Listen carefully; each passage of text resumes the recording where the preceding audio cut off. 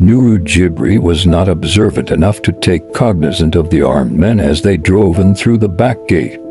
They came in by 10:30 p.m. Their vehicles were as firm as the armored vehicle of the German soldiers in World War II.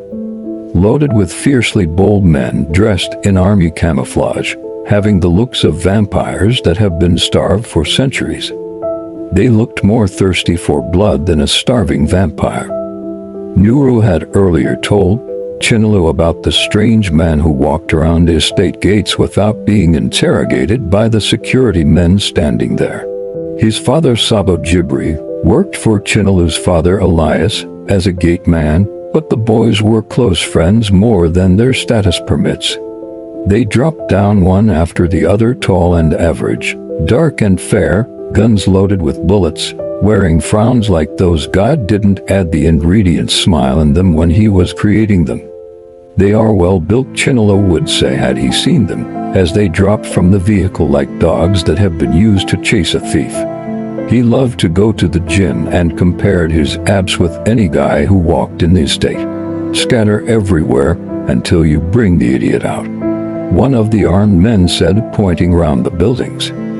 There were 6 buildings there.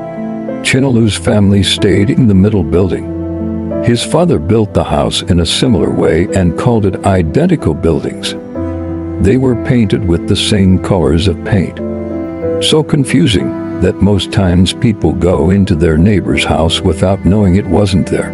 That night was all disturbing and scary. As the men surrounded the house, going into each building, dragging people out, and hitting them with the head of their guns. Most bled as they lay helplessly on the floor. No one knew what they wanted, but they wanted something, someone, who knows. There was danger, but Nuru didn't alert the neighbors, for fear he would be harmed. He pressed his hands to his mouth, as the men were forced into Chinalu's family main building. He knew they would be the main target. He saw Chinalu go in, after they argued about whose builds were more firm and eye-catching. He should be in. No, he shouldn't. But I saw him go in, or maybe he left shortly, but Nuru argued with his thoughts. By 12 p.m., there was a gunshot 30 minutes after the men went into Chinalu's family house. Oh, they've killed him, Nuru muttered. There and then, he wished for mysterious powers to use on the vampires that gave them a surprise visit. Since Chinalu's father went for a business trip, he would definitely be the new man of the house. Maybe he dived to the floor, trying to play Jackie Chan with one of the men, and he angrily hit him with the head of his gun. His mother, who couldn't stand the shock of the blood oozing from her son's head, jumped onto the man and got herself killed by his gun. Too many horrors, too many happenings, all in one night. Too many horrors, too many happenings, all in one night. Please don't hurt her, she's pregnant, Hajia Suliat pleaded with 2 of the men who waited outside for others to go in and finish the job. Yumi was groaning on the floor. She was forced to lay facing her heavy stomach on the floor. Her fearful husband was so scared to plead for her safety. He too was overwhelmed with fear, so he quietly exiled himself to an unknown land inside his thoughts, because he prayed for Allah to receive his soul as he lay like a child on the floor, with one of the men placing his foot on his head. The weight of the boot killed him 6 times before he slumped. I don't think he is still breathing, the man who placed his boot on Yusuf's head said, moving Yusuf's head with his boot. Yumi screamed, "Wayo Allah!" as she heard what the man said about her husband. She went into forced labor, water came out of her part, and Hajia Suliat cried in a bitter way. Please let me attend to my daughter-in-law since my son is dead. I can't lose a son and a grandchild at the same time.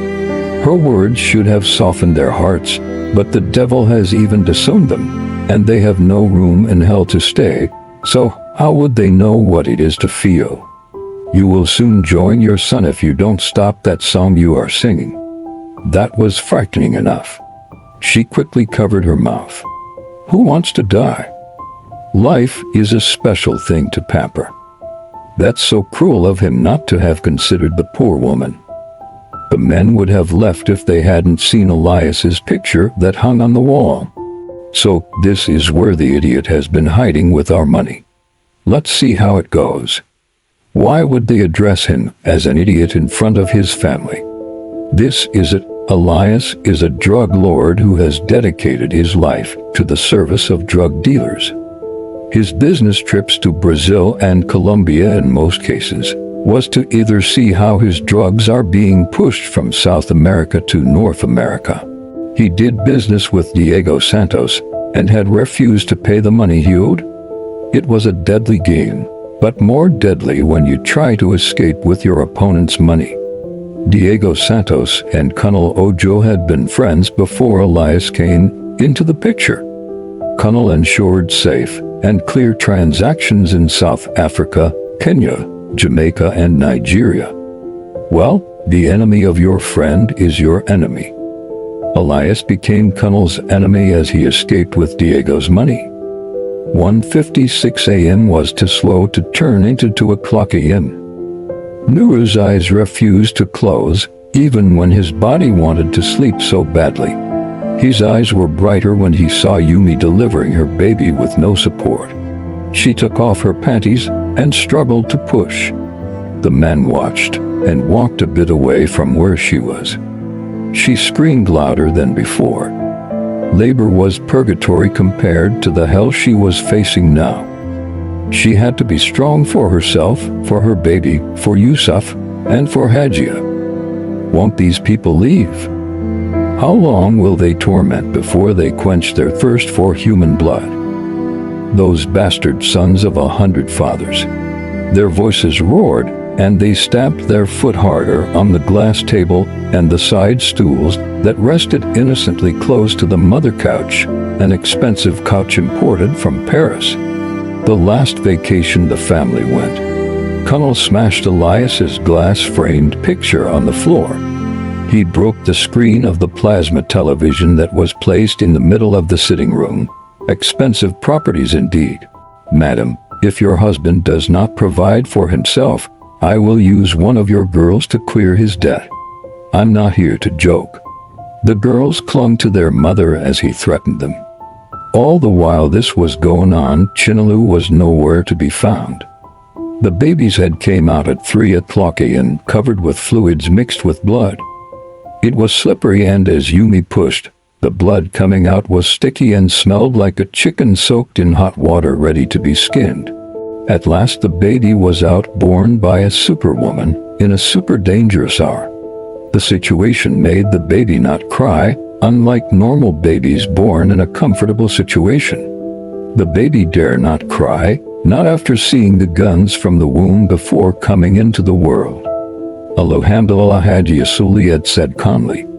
It was like a dream when God delivered Zion. Colonel lowered his voice as he answered his phone. The only thing he spoke out loud was okay. He hung the phone and gave a sign to the other men. They nodded, and he said harshly, "Retreat." With this, they all left, not saying a word to anyone. When they all disappeared from the vicinity, Nuru quickly found his way to Chinalu's house.